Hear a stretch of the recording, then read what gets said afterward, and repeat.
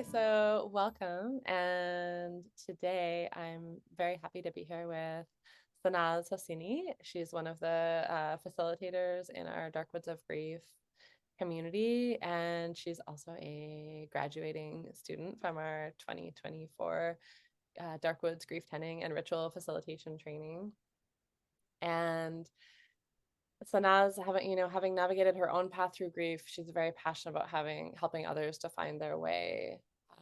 She is Iranian, and as an Iranian woman and immigrant, she's faced multiple forms of loss, and certainly what is coined as disenfranchised grief, often without access to resources or community support.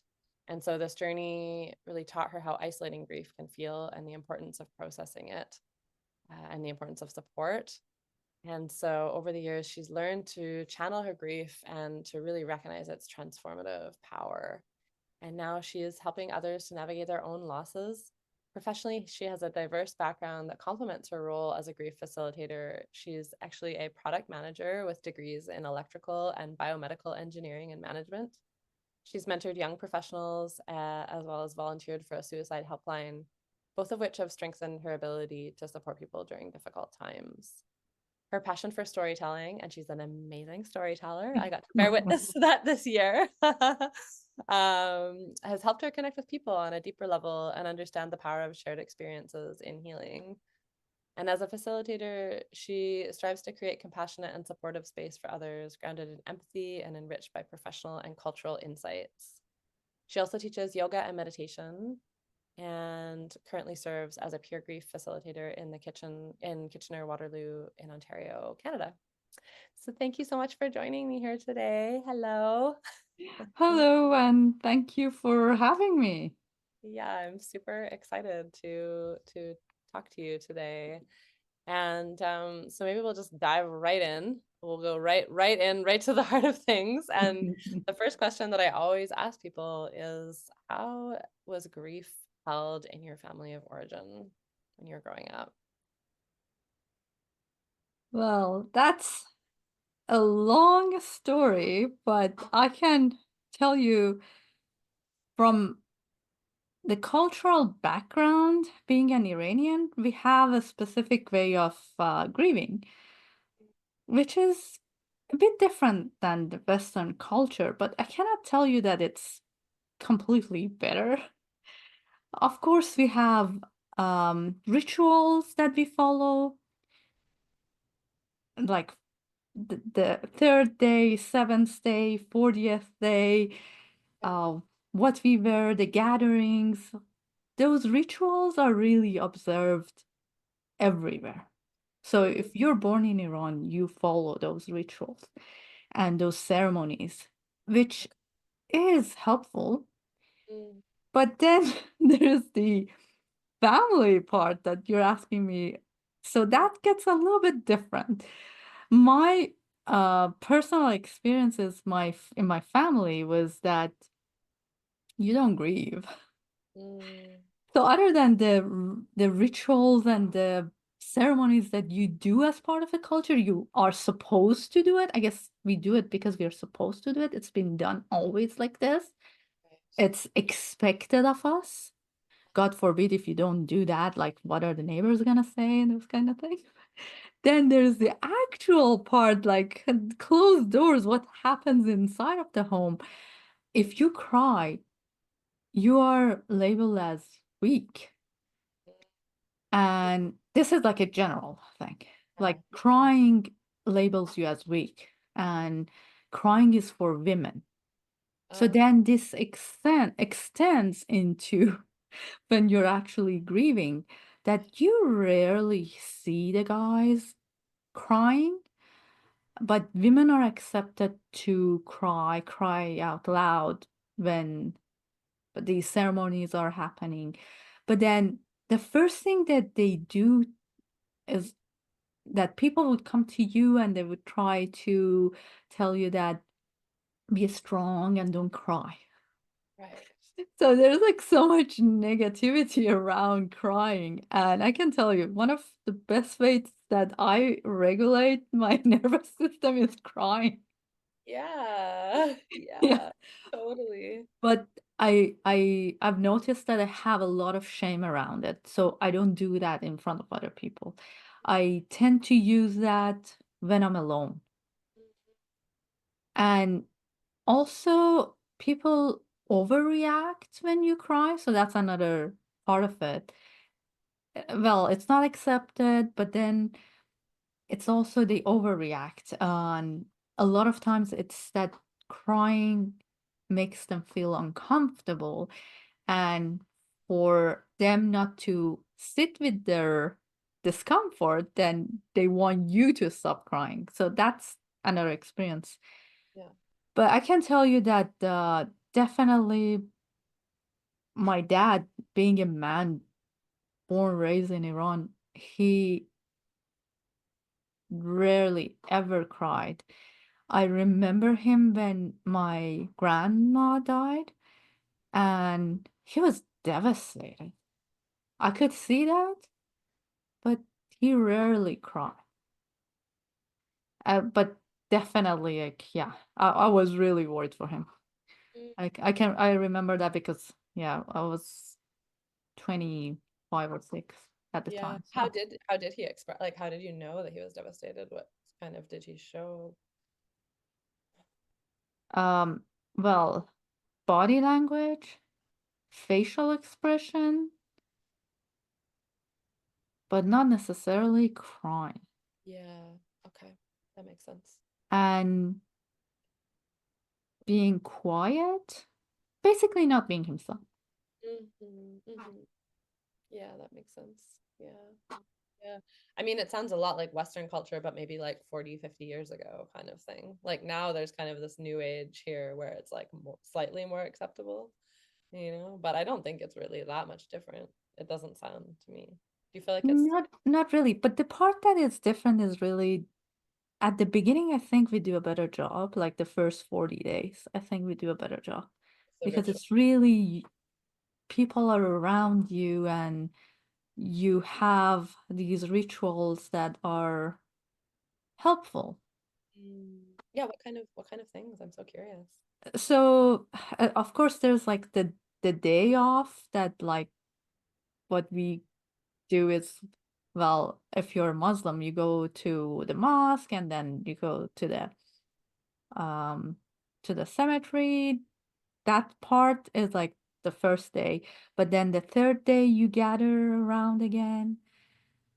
There is the normal expectation that people would come to your house and visit you and they bring you things. So it's not like here that they would bring you food. That's what I've seen on TVs, to be honest. That's my experience with the ceremonies here or the rituals here are what I've watched on TV and my rare experience. But they would come and visit you. Like people would keep coming, and Yeah. it's the norm that they would come to your home and they would visit you. And so then there's another gathering on the 7th, and then there's another gathering on the 40th. And then sometimes these gatherings is not just at home, like you rent a bigger venue, people gather, there's like a ton of people, but there's ongoing people coming and visiting you. And that was my expectation that that's what I needed to do here. But then I was told that no, you don't go to someone's house. And I was like, oh, okay, cultural shock. I don't know how to do um, grief here. So Yeah, no kidding. Yeah, well, that is amazing. Even just, yeah, just that layer of like recognizing that the gathering is needed and that people need to be around. the part where the same is after 40th, people forget about you. Right. Right. Right. Okay. Yeah. Yeah. Yeah. Yeah, that part is the same here. Like at the beginning, my understanding is that like you have a lot of support and then it dies down. That's what I hear from the people who are in the grief group, and they say that yes, we had so much help, and then people eventually forget about us. And I was like, oh, this is exactly the same experience on the other side as well. Yeah. Yeah. And the kind of like 2 weeks off work sort of thing. Yeah, but it's not recognizing the long-term nature Yeah. of grief. Yeah. Yeah, and that's like grief from a major loss. Do you feel like other forms of grief are acknowledged in Iranian culture at all, or not so much? Not so much. We never talk about miscarriages. Never, ever. We don't talk about stillbirths, losing pregnancies. This is like a taboo. Yeah. If you lose a pet, definitely that's not. It is changing though. The fact that we don't have a culture that actually accepts having pet in Right. general, that's also delays Yeah. For this. Losing, and there's such an other losses like losing a job, a relationship, divorce. Like none of these are really considered as like a major loss, really. right. But this is, I guess, the same here. Yeah. True. Exactly. Yeah. Mm, mm, mm. So I'm curious about, you being such a sensitive being and, growing up in that culture where it's like very taboo to cry or be seen, I guess maybe less for women, but still it's a shame around it, right? It's seen as not being strong. So when did you know that you were interested in grief work? What point? I lost my friend in back in January 2020.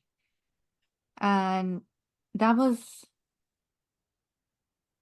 a major loss because it was mixed with trauma. The circumstances were really traumatic. Yeah. And at the time, I realized that how I dealt with it was not healthy. Uh-huh. Uh-huh. But I had the awareness. Uh-huh. I became a yoga teacher back in 2019. So when you start your journey into healing, you have awareness. And then you're aware on what you're doing. Uh, So that experience got me into thinking that no, I should do better. I can do better. And I want to be able to work with my grief, and I want to be able to be different. So I lost a friend 17, 18 years ago. And at the time, I had no idea what loss is, what grief is. Like, I had no idea.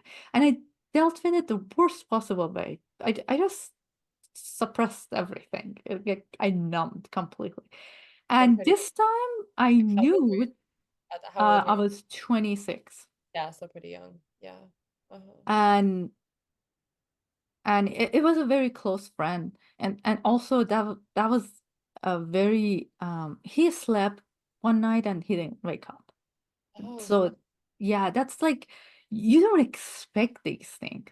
okay. And then that definitely, yeah, I had it came out later, years later, start coming out in like pieces as I immigrated. Then I started dealing with grief of immigration, and then that grief got some sort of like expression.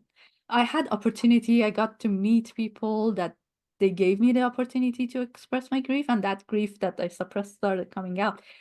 But yeah, when in 2020 I lost my friend, I had resources. I knew tools. I knew I could do better, but it was very difficult. And I didn't do like I didn't have also, I can tell you, I'm not good with self-compassion. What? I didn't I had higher expectations. Like I was like, I could have suppressed less. I could have Oh, done with it better. I did some self-destructive behavior that I would normally never do, but I did those. with full awareness though. Oh, with that full awareness, right? Yeah, yeah. Well, and I mean, it's interesting, even like the languaging that you're using about like I could have done better, like as though it's like something to kind of achieve through. You know, Yeah. I mean, there's self-judgment in that even, but I'm hearing that you wanted. I'm hearing the intention behind it was like I want to have a healthy relationship with grief and with myself. Yeah. Yeah. So not numbing it, not channeling it in something that is destructive, just being with it. Yeah. And before I didn't know what tools I could use. Like I didn't even know there are tools. Like I had no idea what is grief. But this time around I knew. That's why I had these expectations from myself. Like you should be meditating and doing the asanas and breathing through it, Sanaz. Come on. I honestly, my expectation was that I needed to breathe through it because breath work has helped me tremendously in Mhm. many situations. And when that happened, like I couldn't do it. Like Yeah. the tools were not accessible to me anymore. Yes, exactly. And then I was like, okay, let's just start working on how I'm going to process this and let's in a way do better. But there's this part like now that I'm talking to you about it, um I try to have more self-compassion and less judgment, but believe me at the time there was no self-compassion. At the time it was that like you should have done better. You could have done better. Like that at the time definitely that was my idea that there's this healing goal that like I need to achieve Yeah. and I didn't achieve and I failed at.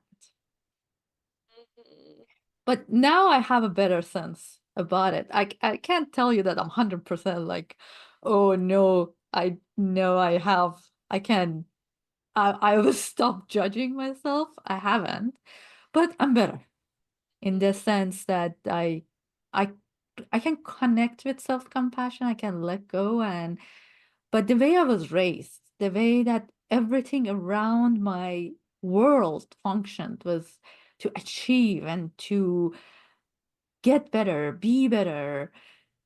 And it was all about being competitive and achieving, even if it's like achieving in like healing. Yeah, yeah, yeah, yeah, yeah, totally. I'm the most healed. Yeah. So good at There's, healing. there's this goal that you need to always Oh, I'm sure so many work people on. can identify with that. I'm sure so many people who are listening can identify with that. This is exactly how I was raised, and this is how my belief system, my value system. So it doesn't change that easily.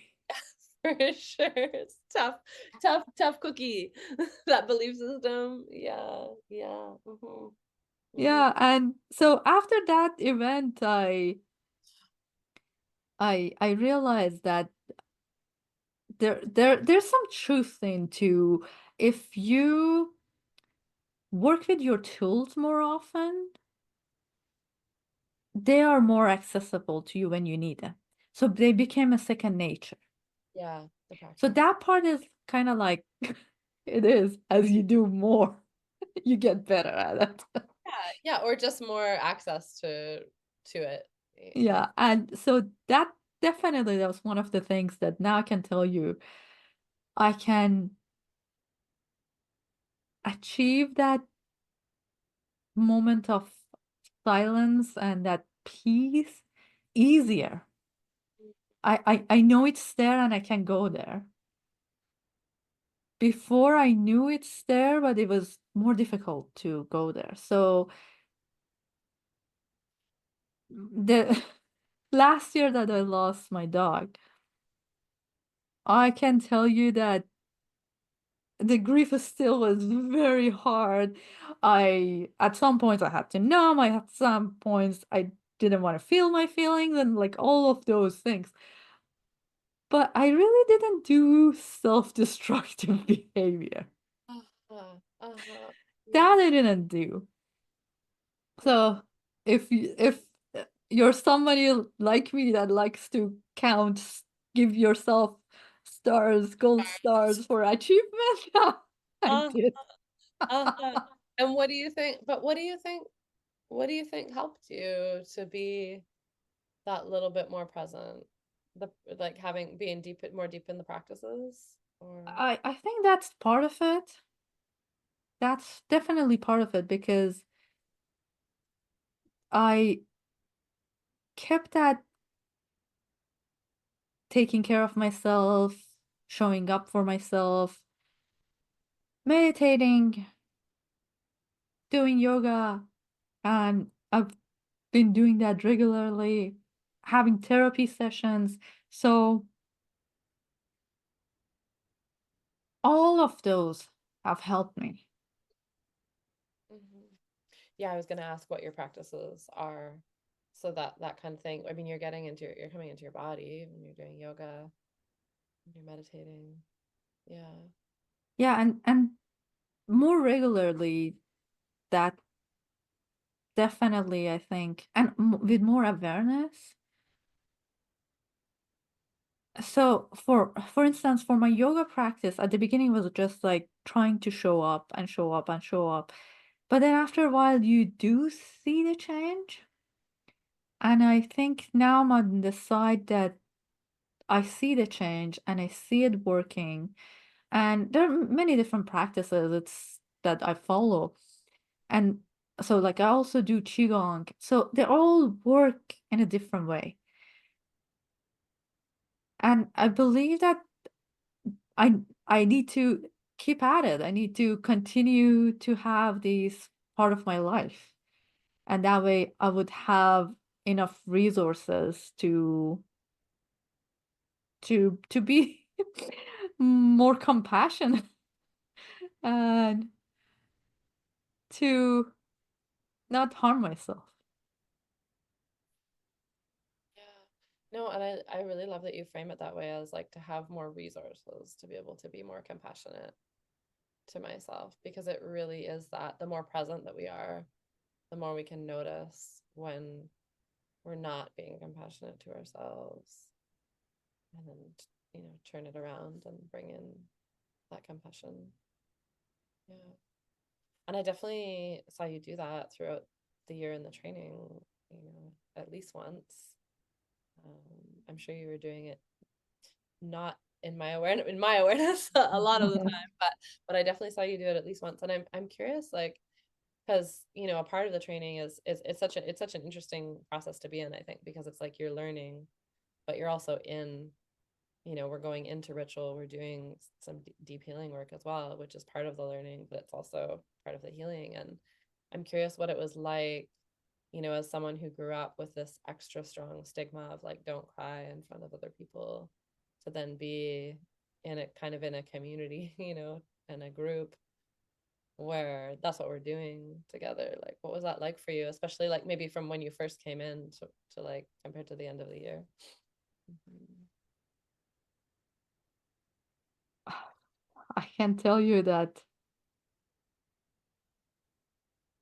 it certainly was difficult to cry in front of other people. But it was easier in front of this group. I'm really grateful that I got to be part of this group of amazing women. They're amazing. And you know that. Mhm. It's easier to drop your shield in front of people who understand you, they understand grief, and they also, I don't feel that they have the context of you shouldn't cry. It Mhm. could be that because they weren't Iranians. I also didn't have this cultural bias that I shouldn't cry. That Uh-huh. could be that, but definitely I can tell you something interesting that got reminded when we were doing in the last retreat, when we were doing the gates of grief. And then we stand up and then we went around. Each gate of grief was a table. We walked to the table and we stayed with that gate of grief. And I started crying and then I hold it back. Habitually, I hold it back. And then I continued. I went to the next gate and I tried to stay focused on myself and not on anybody else, to be present with that gate. And I think the last gate was the ancestors' gate that I was standing there, and all of a sudden I thought, why am I stopping my tears? And thought, this is a safe space. I can cry. And the observation was really interesting to me that even though that these people, I've been with them for 3 rituals, I've been with them for almost a year. I trust them. I know them. I know that I'm safe with them. I know that I can cry in front of them. I've done that many times now. I still, habits die hard, I guess. I was still holding back because I was focused on connecting to that gate, but I wasn't focused on not holding back, like to just be me. And yeah, I caught it like on the last table that I can actually cry. Yeah. It is not easy. It is it is not easy to cry in front of people. Definitely it's not easy, but I've been doing that more often. And I get negatively reinforced as well because I've done it in front of people at work. I've done it in front of Oh. friends in parties, and the terror in their faces. Oh. Mm-hmm. Mm-hmm. So that's another part. Like even though I'm working on it, I get not the positive reinforcement, but the negative one. Yeah. So and it's a now it's a habit to hold the tears back. I I I feel very safe with my husband, but I definitely hold my tears back in front of him too, because I sometimes think that his he would get really worried if he sees me crying, the amount of crying I do. But to me, the crying is healing, but to other people, it's more what's wrong and if there's something wrong, Yeah, something to fix. something to fix. So yeah, I do. I still hold back on a lot of crying, but there's sometimes that you just cannot do it. And yeah, there are times that I can easily do it. Yeah. Yeah, and it's interesting, like the like you said, the look of terror in people's eyes. Like, Yeah, people really get scared and concerned. But I've read that this is actually crying is a form of asking for help from your community. That's supposed to give people that sense that, oh, I need to go reach out to her, comfort her, be with her. But now it's mixed with the taboo of you should not, if you're strong, you should not cry. And that's where people get that terror rather than wanting to really helping you be with you. yeah, it's like what's happening in people's field. It's like they're going into a freeze and fear response in witnessing maybe someone they see or project as being strong, which you are. I would Yeah. think I think you're a strong person, but this idea that that it's not that if we like leak out our eyes, that suddenly it's not strong or And yeah. I have received that messaging many times. The last time, I think, yeah, when it was when I was talking to my dad about Polo, my dog, and I think he did mention something along the line of stay strong and don't cry. Yeah. And when he said that, in my head, I was like, oh, wrong, wrong, wrong, wrong. Yeah. And the funniest part is that I did not tell him anything. I did not tell him anything. And Mm. I thought it's his belief and I am going to respect what he says, but I am going to cry. Yeah. Yeah.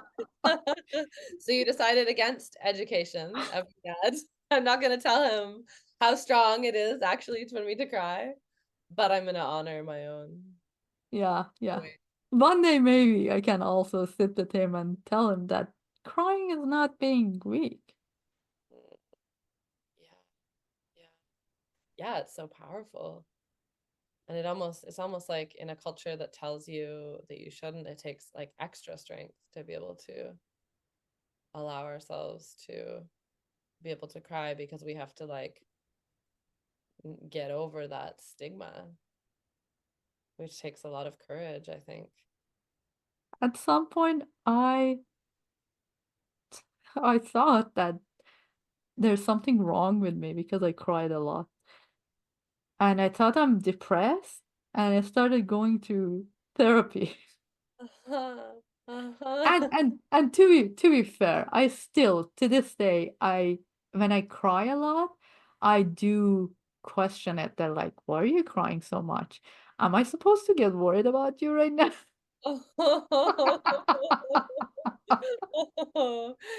Hey There self, is, there is okay? Should I worry self? there is a shame. There is a shame in crying, and I think it would take years for it to go away. Yeah. So you still do you still feel it? Like, did you still feel it towards the end of like at the last retreat you're mentioning, like when we were going around to the different gates? Did you still notice the shame arising as the tears were coming, or So in the gates, it did. When we went to the truth mandala, no, there was okay, no shame there. beautiful. Yeah, yeah. And Mm. it wasn't the gates because it was like a habitual way of suppressing. And of course, you're suppressing because you're ashamed and you don't want to show it to other people. So, And yeah, maybe there's also like when we go into the truth medal, it's very explicit permission of like this is what you're quote unquote like supposed to do when you go into the truth mandala is emote, cry, or express anger or whatever, right? There's really explicit permission, whereas with the gates, it's not so much like you should cry. It's more just like we're going to do this. I mean, of course, there's always tears welcome in the space, that's kind of the baseline, but you're making me think of like maybe particularly for people who've grown up around more of that cultural stigma, we need like even more permission and like explicit permission of like this is where you can cry, and it's welcome. definitely, definitely, I would have cried if I cry more easily if I would have seen other people crying. Uh, uh, That that does make a difference. yeah, yeah, yeah. And it's amazing because I mean, really, what you're speaking to is the sense of belonging that is like so fundamental to being human and to feel Definitely. safe. Yeah. Yeah, yeah, that part that you want to be part of the tribe, and that's why you really monitor your reaction. Yeah, well, exactly. It's like that point of yeah, and a lot of times in healing, when we're healing within a culture that is not a healthy culture, whether it's, parts of Iranian culture, parts of Western culture, whatever, it's like we actually have to we reach that choice point where we have to choose either to buy into the cultural stigmas or to allow ourselves to heal and have a healthy expression. It's so powerful when you really touch that. It's like, whoa, that's really something. Yeah, yeah. I wish for people that if they want to cry, they just cry. I wish for a world that lets you cry. And it really it's not. Imagine crying at work. Yeah, like if it was just welcome, you mean? Yes, like if you cry at workplace, Yeah, it's not considered as professional. yeah, which is so There's weird. another level of stigma there. Totally, totally. Yeah, it's such a stigma, and I think we've lost track of recognizing that the more authentic people feel in the workplace and anywhere, the more that they can feel safe to be however they are, it's like this weird kind of contrary thing because you're actually probably going to get more like productivity. Not that that would be the goal in creating safe spaces or cultivating safe spaces, but it's like you are going to end up getting more productivity and um more from the people who are working for you if we're thinking from like a managerial position if people feel safe, you know because when people feel safe they can use more of their brains. It's like their whole brain is online. Yeah, yeah, yeah. I guess that's why sometimes we create our own jobs, like yeah. It's like grief tending, you can definitely cry. Maybe that's why I'm getting drawn into this line of work. Yeah, yeah. Well, and I just want to touch back on something you said earlier, because in regards to just like being in the community and the grief support work that you're doing in your community in Kitchener Waterloo, like I mean, we know that we're not supposed to go through it on our own. And so even hearing you be kind of hard on yourself of like, oh, I could have done better, I had all these tools, but then like you said, it's like when we hit that grief we lose track of our resources. Yes, the more that we do the practices, daily practice, that kind of thing, the more it's kind of ingrained, and so we can stay with it. And yes, I would agree that that is supportive, but ultimately it's like we're meant to have people around us when we're grieving. That that is true. When I lost my friend, I did have people around me. You did or you didn't? I did Second because second friend, you mean, like in 2020? yes, in 2020, Yeah. because what happened shocked the whole community of Iranians, Right. and it brought a lot of people together. It was actually beautiful. There was community. There was a lot of gatherings and honoring, and it was less lonely than when I lost my friend, for sure. When I lost my friend, it was nothing. There was Oh, nothing. No, yeah. yeah, Yeah. no acknowledgement, Yeah. because well, my when I lost my friend, we were classmates back in university. So my whole touch point with him was university. We spent all of our days together, but at university. And when he passed away, I really didn't have connections with his family. So I didn't get to participate in their ceremonies and rituals really.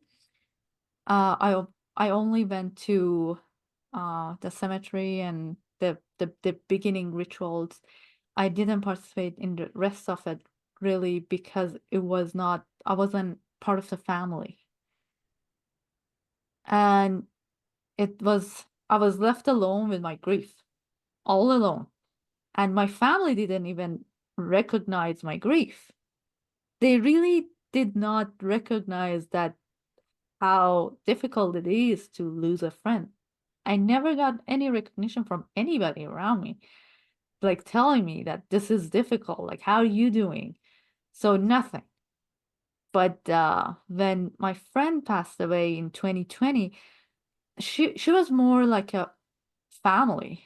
So when I moved to Canada, she was part of my family. We spent New Year's together. We spent the Iranian celebrations together. So he was part of a family, and there's a bigger community of Iranians. So here in Canada, where you Toronto, so there were a lot of people, and because of the tragic situation yeah, on because there was quite a few people killed, right? Because of the plane that went down. 176 people, 176 people on that flight passed away. Mm, I like to say they were killed because, well, they were shot down by a missile. So then there was the Iranian, like the whole Iranian community was showing up Yeah. when we had the memorial Mm. gatherings. uh, I actually saw one of my friends from elementary school in Wow. one of the gatherings. And there's a bigger community of Iranians, and people kept showing up because they were all shaken by this. Yeah. Okay. And yeah, so it was community. There was community. There was a really good sense of belonging, and I'm part of this community. I have the support of people. I have the support of my people. Mm-hmm. And do you think that that helped you be more present somewhat? It did help. Definitely. Definitely it helped. Yeah. And do you think, knowing what you know now, do you think there could have been more support, not just for you, but maybe for the community? Like, To be honest, I was talking to my friend. Uh, so my best friend married my manager. okay. And this friend that I'm talking about was the sister of my manager. So this is all years ago. Now they became really my family.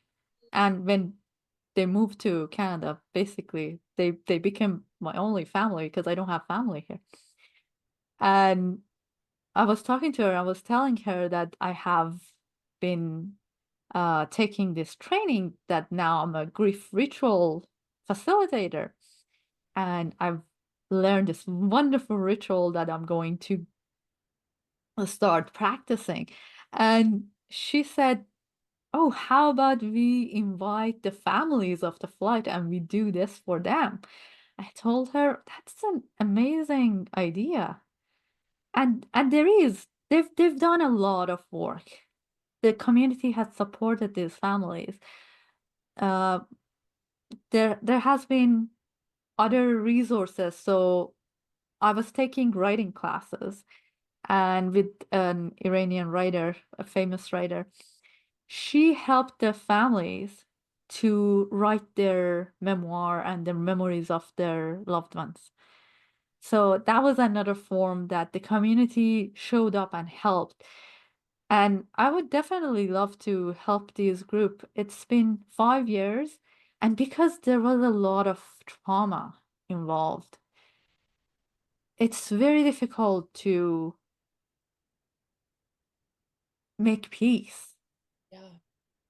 And the families are still in a lot of shock, in a lot of trauma, in a lot of pain, which, I mean, in any circumstances, when you lose your child, you lose your loved one, your wife or your husband, it is traumatic, it is painful, but this is a different level, and it is very difficult for these people to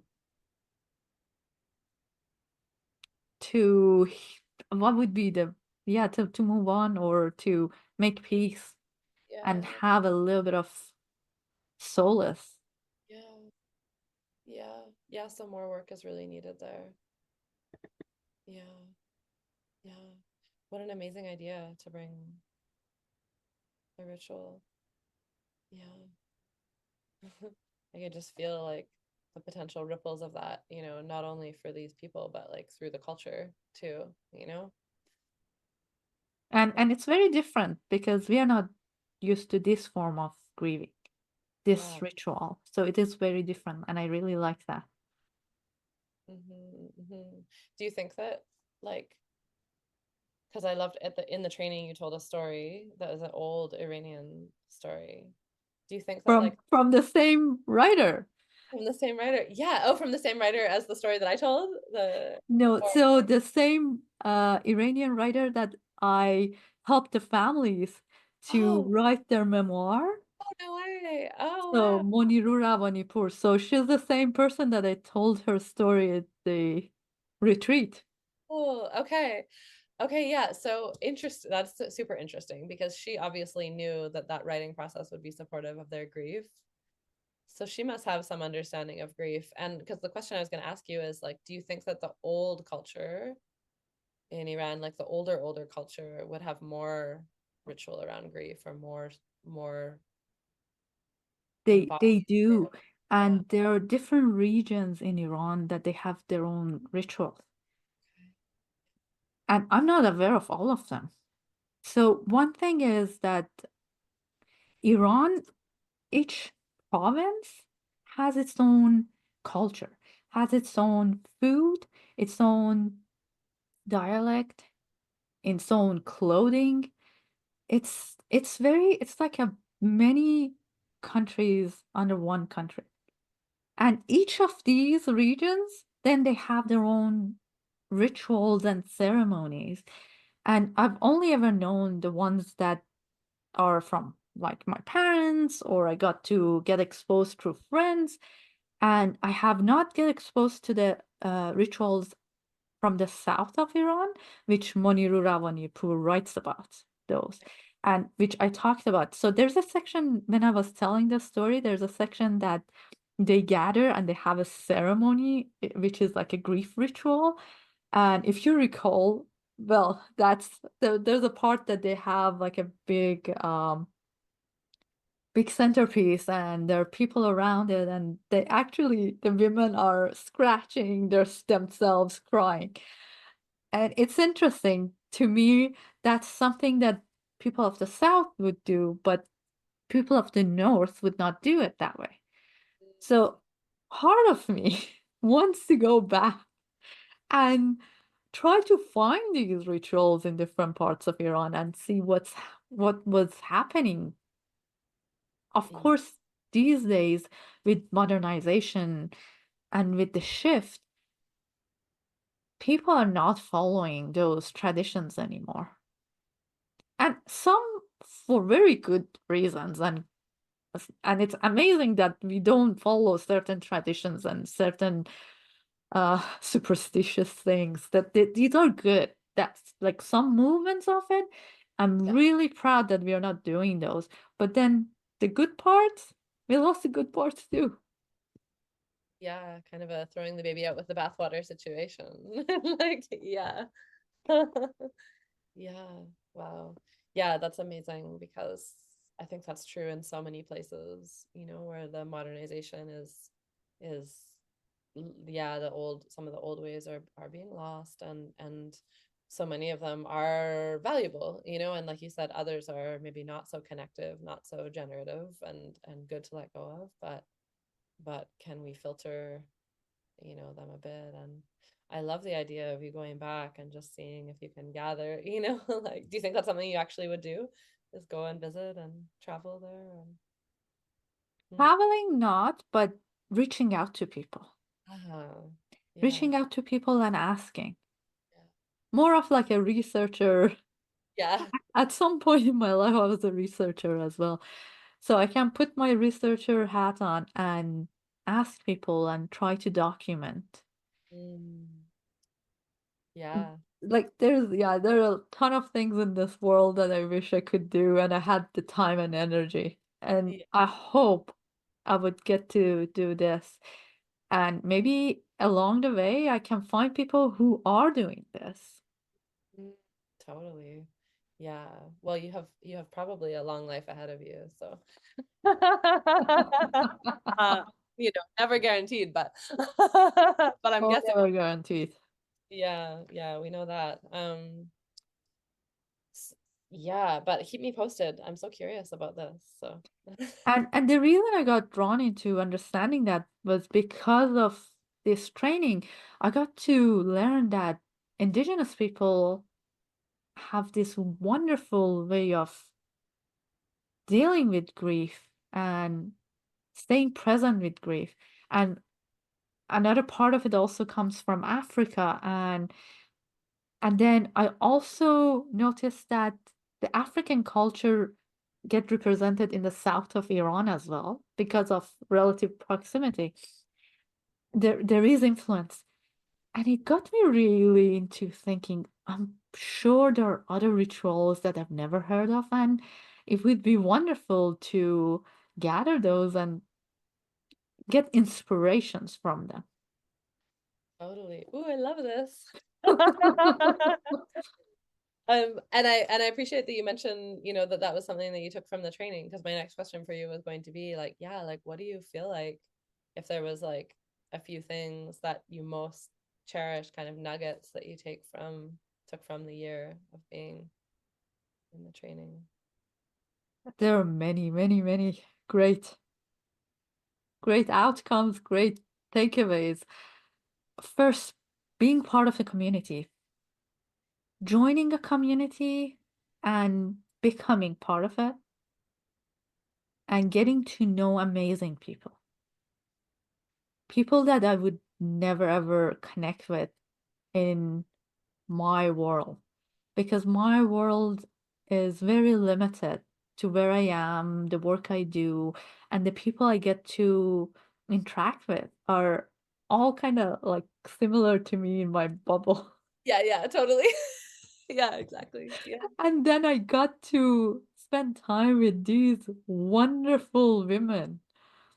It is just Yeah. extraordinary. And the way that you connect is also very different. It's not that like you go to a yoga retreat and you meet people. You actually connect with these people in a different level. And then learning from them. There's like wealth of knowledge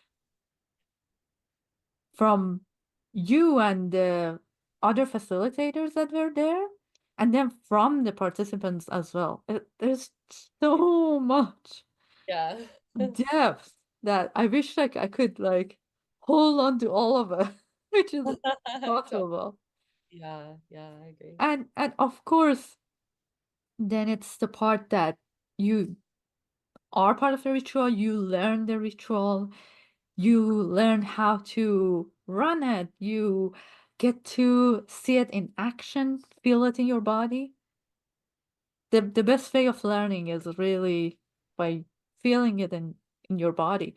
And then also, well, we had the opportunity for my intellectual part that is like not shutting down to also get fulfilled.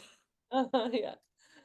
So the discussions and all the moments that we had to connect and learn from each other, the resources, the wonderful resources, people I've never heard of, and I got to learn about them through you, the books that you recommended. Not that I read all of them, but I I am trying to. But still, there's like a new world. I saw a new world, a completely different world that I never knew it existed. It's definitely, it's like we are all so much in our bubble that we forget that there's another world. Oh, There are many other worlds. there are many other worlds. Indeed, indeed. Yeah, absolutely. Yeah. Oh, wow.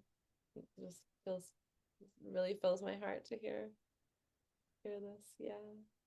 Yeah. Yeah, it was an incredible group this year, and it seems like it's always an incredible group on from my end. I'm always like blown away by the people who come for these trainings. But this was definitely a very special group.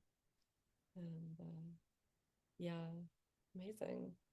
And what do you think is, I mean, not to put pressure on you in any way, shape, or form, but like, what do you see as being next for you? I know I mean, obviously you're facilitating, you're on our team this year in the second year mentorship. Um, but do you have a sense of where this may take you? Well, that is the million-dollar question.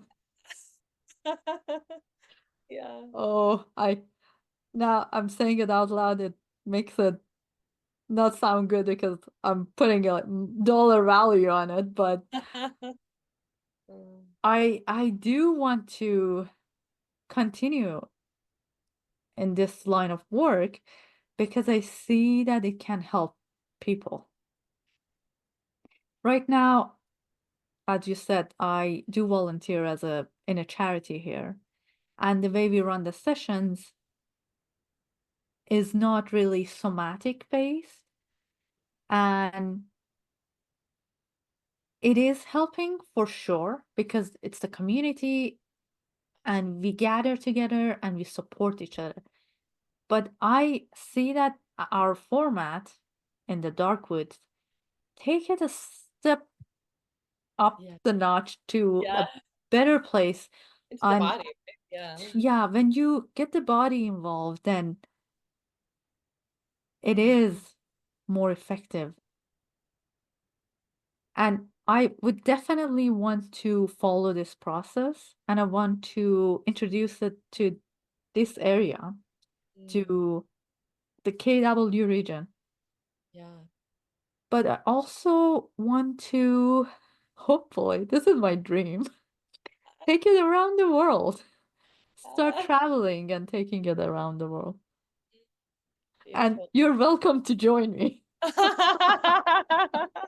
Yeah. Well, yeah, because we've talked about you have a vision of retreat too, right? Yeah. Yeah. Yeah, definitely retreats are one of the things I want to do because it gives people an opportunity to dig deep and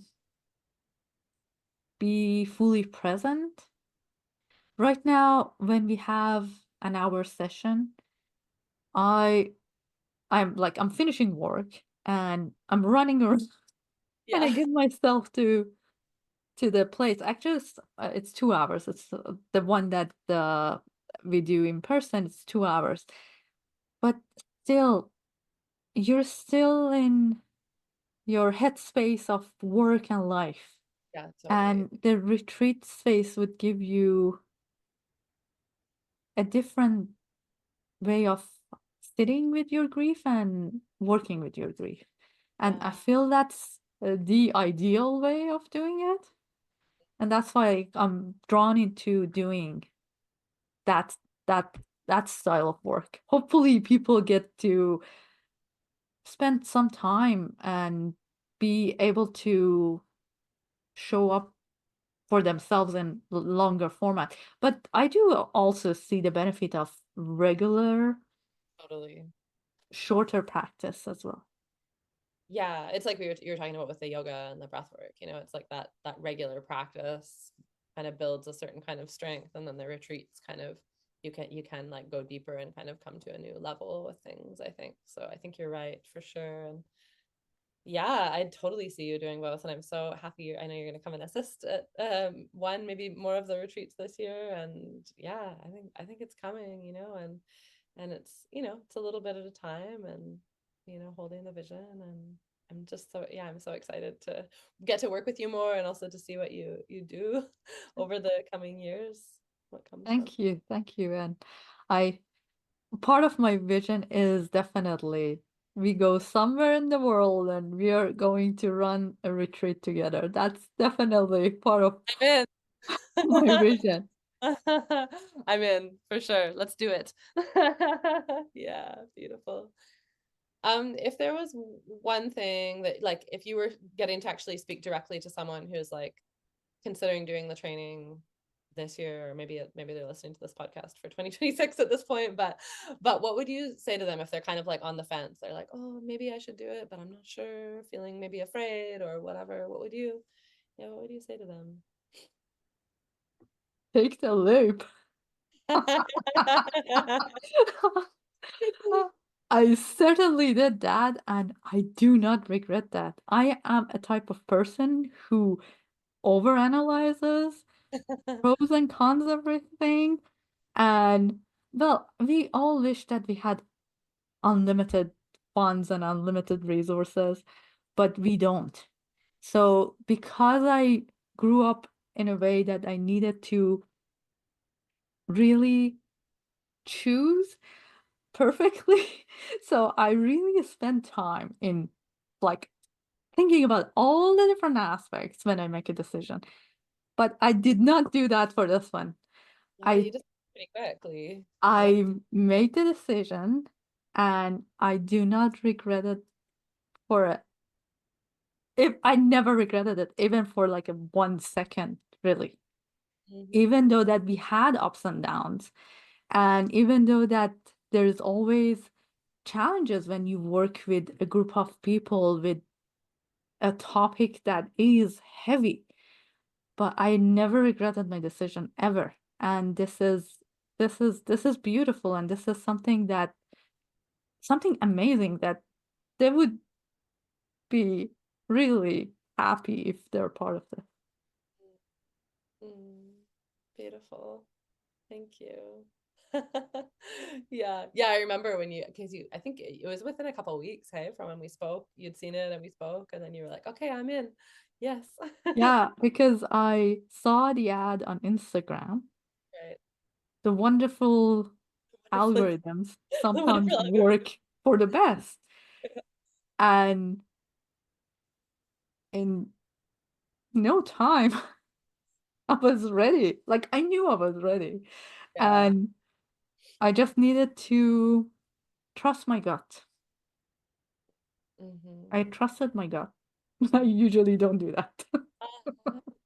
Yeah, and because yeah, I mean, it did take you 2 weeks. So in that process of like when you were deciding how, like, what helped you to connect with your gut and to be able to trust it?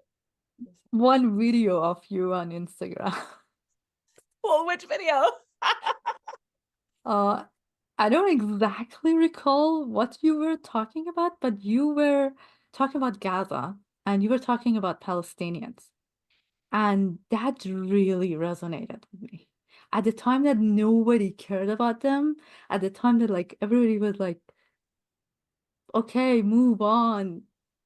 The world didn't care about any of these people. You, as well, I have to say it this way, but as a white person, you cared about these people. And that really resonated with me. That really made a huge difference because my heart was really in breaking for these people. Nobody is really helping them. Nobody is still helping them. And even though there's a ceasefire, but still, like, where are we? It just yeah, it breaks my heart for what these people are going through. And I've had many, many Palestinian friends. I've had many. And I've had Israeli friends as well. But the level that what they're going through is just so horrendous. Yeah. Mhm.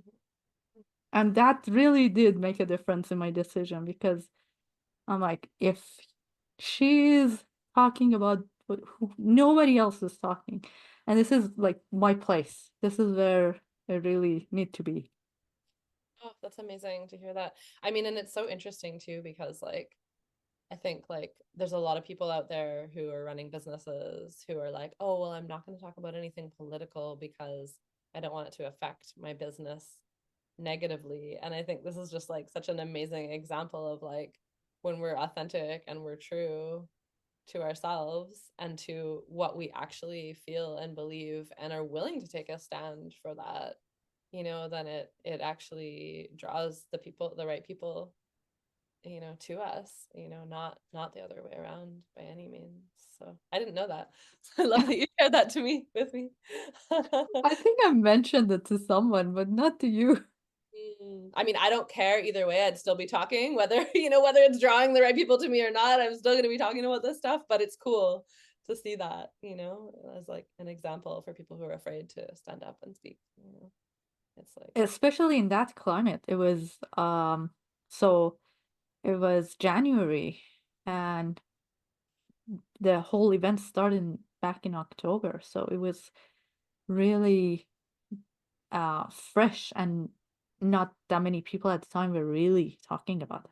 right. It was huge and it was really affecting me. Same. And it's the same because I see that a lot of bad things happens to the Iranian community and nobody cares about the Iranian community either. And that's where I see that a lot of my Iranian friends were saying that you are talking about Palestinians. What about Iranians? I'm like, there's no competition who has it the worst. Not right now. Yeah. And the fact that the world doesn't care about Palestinians is going to be the world doesn't care about Iranians, the world doesn't care about indigenous people, the world doesn't care about black people. It's the Exactly. same. Exactly. Exactly. Yeah. Yeah, exactly. Yeah, and I mean, for me with my ancestry, it was the world doesn't care about Irish people, the world doesn't care about the medicine people, the old medicine people of Europe. So I personally identify with that, personally ancestrally, but also just like I want to live in a world where people are kind to each other. It doesn't matter where you're from or what you look like. It's like we need to be kind to each other because we're all woven together. I really see that we're all woven together. Nobody's going to be happy and truly free if there's this immense cruelty that we're just allowing to pass. Yeah. And I agree with you. You're saying it very eloquently, but definitely we are all connected. That's one thing I have no doubt of. Mhm. Yeah, and I mean that's where I see the group that this work that we're doing is so powerful because it helps people really understand how connected we are when we witness each other, like seeing we just had a retreat this weekend, and there was actually a black woman there who at one point she had her luggage hadn't been didn't got lost, and at one point she was going to leave the retreat because she had heart medication in the luggage. And so she came, so I was like, okay, well, I can't argue with that, right? So but at least come in and say bye to the group because I'm sure they're going to want to, they're going to be affected by you leaving. So she comes in and tells the group, and literally the whole group, this was the Sunday, so we'd already been together for Friday nights, all day Saturday, done the ritual. This is Sunday morning. The whole group is like, no, you can't leave, we are going to get you your luggage. They're like, stop the ritual like right now, like we can't go on without you. And it's like that's what happens when we do this work together, is there becomes such a love, such a bond for each other, no matter where you're from or who, what your story is. It's like we just see each other on this deep level, and it's like I got your back. You suddenly have each other's back, because of the, like you spoke about with the cohort that you were with too. It's like you just connect with these people on such a deep level. So And I really, really hope that I would see more people of color joining such trainings. And it is harder for us to show up for other people because we need to first show up for ourselves. So it is harder, I understand, but I really hope that more of us would join these circles and these groups and learn to hold space and help yeah, each same. other. Yeah, same. No, I really want that too. And that's one of the reasons why I do offer the BIPOC scholarship places. So if you're listening to us right now and you are a person of color and you want to join the training, we do have two BIPOC scholarships available. Well, now one, I guess, because we have already have um somebody who's stepping in. Yeah. Um, Wonderful. and if you're somebody who would like to donate to the scholarship fund, you know, we could perhaps do be able to provide even more scholarships or partial scholarships to. I can tell you that was when I got this a scholarship, that was the first time I was happy that I am not Oh, white. oh, I can tell you there's a lot of grief around the skin color, and there's a lot of grief about being an immigrant. And that was the first time that I was like, oh, I'm actually benefit. benefiting. Uh, It was beautiful to me, to be honest. It was like, oh, I actually feel good for once. oh, yeah. Well, I don't want to say I'm so glad because I'm not so glad that that's, you know, one time of many times where you didn't feel that. But I am also so glad to, you know, be able to have offered that to you. And you brought so much really to the group. Um, yeah, and I really just see more and more. It's almost like every time I talk to you, more and more, there's like this medicine that you are bringing and that you're going to bring that's gonna it's gonna only grow, you know, and really be something very significant in the world. And I'm just so grateful to be able to support that in any way that I can. Yeah. Thank you. Mhm. Any last words that you'd want to leave people with before we complete today? I think what I want to share as the last part of this talk is the importance of gratitude. Mm. I start my sessions with asking people to share gratitude. And I learned that through Darkwoods, that we talk about gratitude and what we are snuggling with.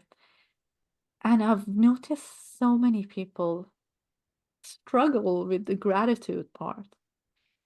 And if we can do one thing, is that to connect with that gratitude, even though that we are sometimes drowning in our grief, it's possible to connect with your gratitude.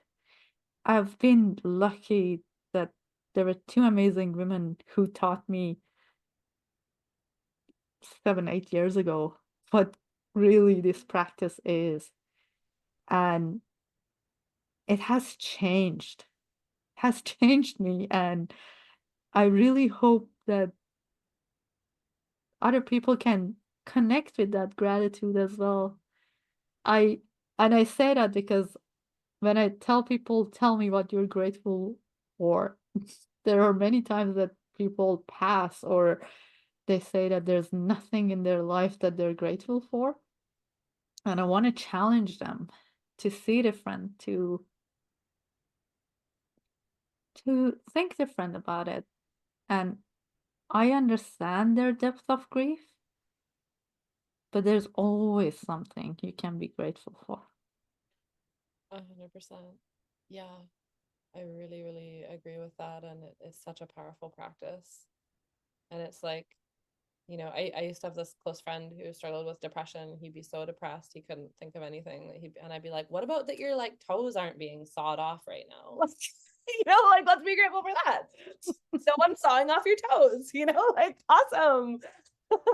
Because really, like when we think about what's happening in the world right now, like there are people who are going through immense suffering. And I'm not talking about the emotional suffering, I'm talking about like physically inflicted suffering that is being done. And so when we have the space to even be able to take a breath and contemplate gratitude, you know, that in itself is, I think, something to be grateful for.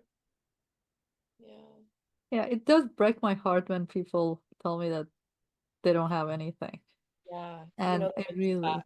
I Yeah. really wish for them to. I really wished I had this magical one that I could help them. Yeah. Yeah. And you do. And you can if they say yes, you know. And now you do, you know, you really do. Yeah. Thank you for that. I really appreciate that you bring in the gratitude at the end of our conversation. It's so important. And I would like to complete just with sharing gratitude. I'm so grateful that you join us today on the podcast, and just so grateful to know you and to have you be a part of our, you know, team and community. Um, and may the work that we do together, may this words that we share with people here today benefit all beings everywhere. May all beings be happy. May all beings be peaceful. May all beings be free of suffering and the causes of suffering. May we all recognize our liberation together. Thank you so much, Sanaz. Thank you.